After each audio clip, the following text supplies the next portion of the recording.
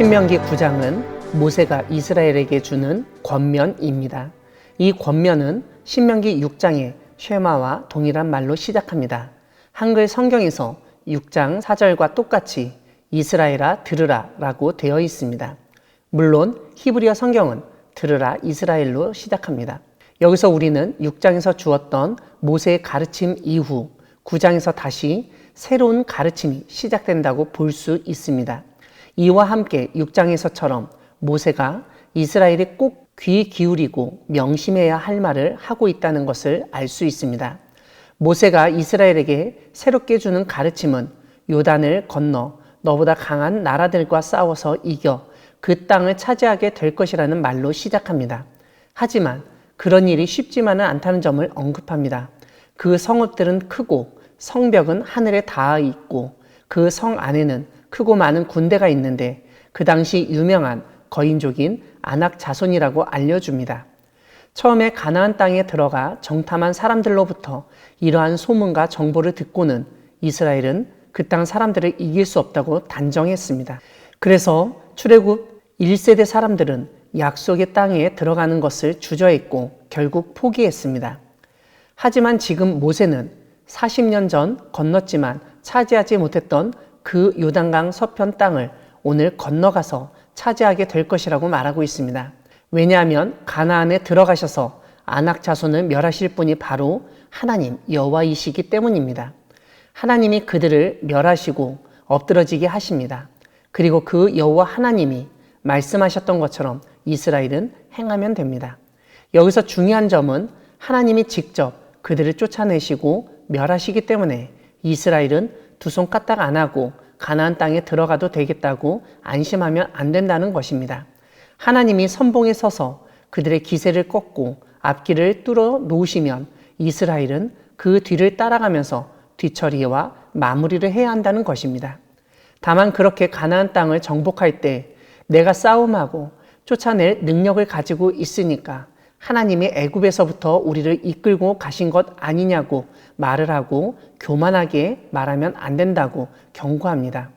모세는 이스라엘의 능력이 있어서가 아니라 가나안에 살던 사람들이 문제가 있어서 하나님이 그들을 쫓아내신다는 점을 분명히 상기시킵니다.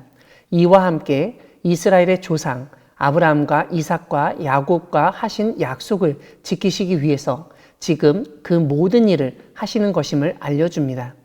오늘 본문 뒷부분은 이스라엘이 하나님을 거역하고 하나님께 대해서 불순종하였던 이스라엘의 죄악들을 알려줍니다. 모세는 이스라엘 백성에게 광야에서 하나님을 경노하게 하였던 일을 잊지 말고 기억하라고 말합니다. 그런 일의 대표적인 사건이 호렙산에서의 일입니다. 신명기에서는 신의 산을 호렙산이라고 부릅니다. 모세가 하나님의 돌판을 가지고 산에서 내려오는데 이스라엘은 송아지를 만들어서 계명을 어기고 있었습니다. 다만 모세는 그때 하나님께 기도했다는 사실을 상기시킵니다. 모세는 호렙산에서 저질렀던 이런 불신앙의 일들을 다베라와 마사와 기브롯 핫다와에서도 일으켜 하나님을 경노하게 하였다는 점을 상기시킵니다. 즉 이스라엘은 광야 생활 동안 하나님을 거역하고 반역하고 우상 숭배하면서 죄를 지었다는 것을 지적합니다. 그러다 가데스 바네아에서 떠날 때 하나님은 분명히 가나안 땅을 차지하라고 하셨지만 그때도 이스라엘은 하나님의 명령을 거역하고 믿지 아니하고 그 말씀을 듣지 않았던 일도 언급합니다. 그때마다 모세는 40주야를 주님 앞에 엎드려 간구하고 기도하였다고 알리며 위기를 극복했다고 일깨웁니다. 사랑하는 광야교회 성도 여러분, 하나님은 이스라엘이 가나안 땅을 차지할 때 교만하지 않도록 경고하시는 분이십니다. 또한 하나님을 거역하고 반역한 이스라엘을 위해서 모세가 기도할 때 그 기도에 응답하신 분이십니다. 이스라엘은 가나안에 거하던 아낙 자손을 이기고 크고 견고한 성을 무너뜨리고 정복하는 모든 일을 하나님이 인도하시고 도와주셨기 때문이라는 사실을 잊지 않아야 했습니다. 만약 그 사실을 망각하고 사절이 언급하듯 이스라엘의 마음속으로 내가 잘나서 하나님이 나를 이 싸움에 이끌어들여 승리하게 하셨다고 말하면 안 된다고 모세는 경고합니다.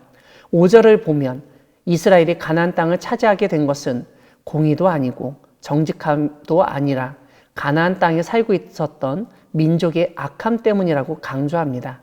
즉 이스라엘이 뭔가 올바르고 똑똑하고 잘나서 얻은 것도 아니고 순종과 충성의 대가 같은 것도 아니라는 뜻입니다.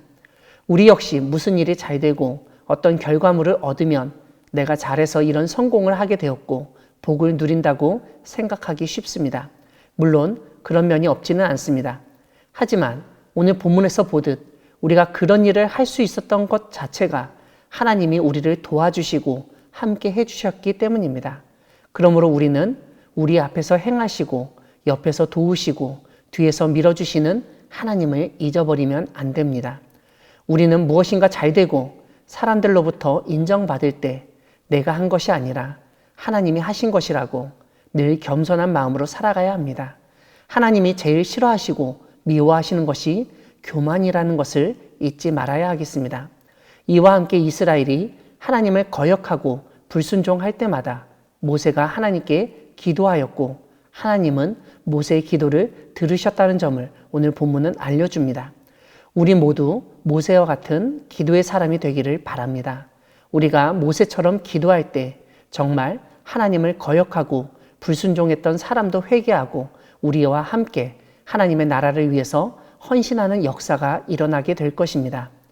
좋은 일이 생기고 성과가 있을 때에는 교만하지 않고 겸손히 하나님께 영광을 돌리며 나쁜 일이 생기고 사람들이 죄악에 빠졌을 때에는 간절히 하나님께 기도하는 우리 모두가 되기를 소망합니다. 아멘.